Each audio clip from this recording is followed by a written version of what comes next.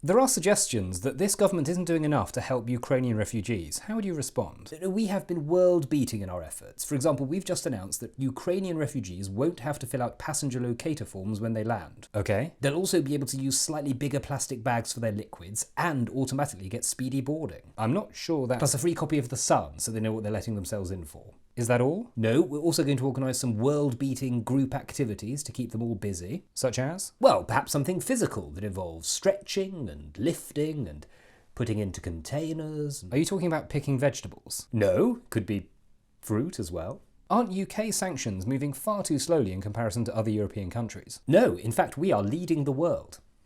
From behind. What? Look, we're moving as fast as we can. It's just difficult to disentangle Russian money from certain UK institutions, like football clubs and property portfolios and political parties.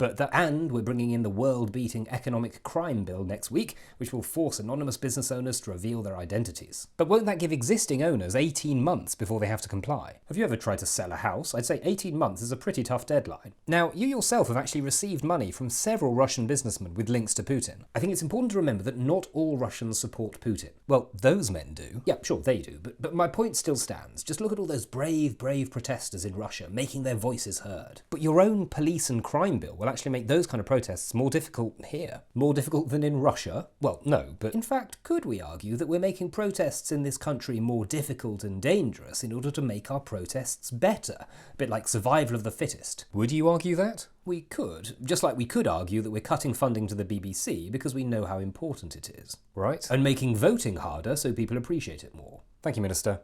Next up, as it's announced that Gavin Williamson is to receive a knighthood, we ask, when did you last do something both sinister and ridiculous?